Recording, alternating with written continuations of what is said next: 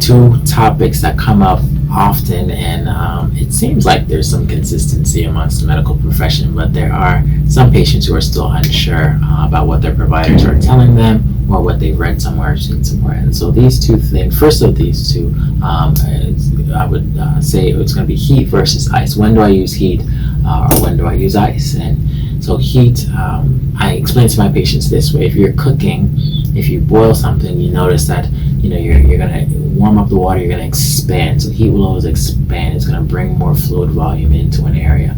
Ice is going to shrink something. It's going to constrict something. So when we look at the blood vessels within the body, what do we want to do? What do we want to accomplish? Do we want to increase blood flow to an area, or do we want to decrease blood flow to an area? Now, after a traumatic event, sprained ankle, car accident, just overuse your shoulder, doing something we all do.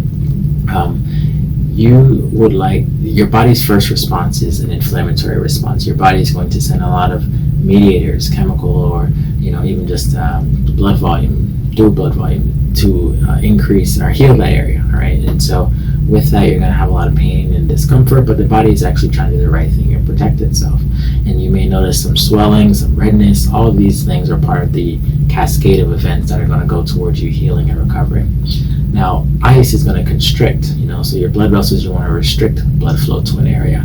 And that's since the body's already performing its own natural inflammatory response, you don't want to add additional inflammation by adding heat and increasing blood flow to an area. So right after an accident, within the first day or two, or an injury, ice is always going to be your best course of action. Once you have more stability or it's more of a chronic condition, heat is going to be good for you to increase the blood flow and allow for the body to heal down the road.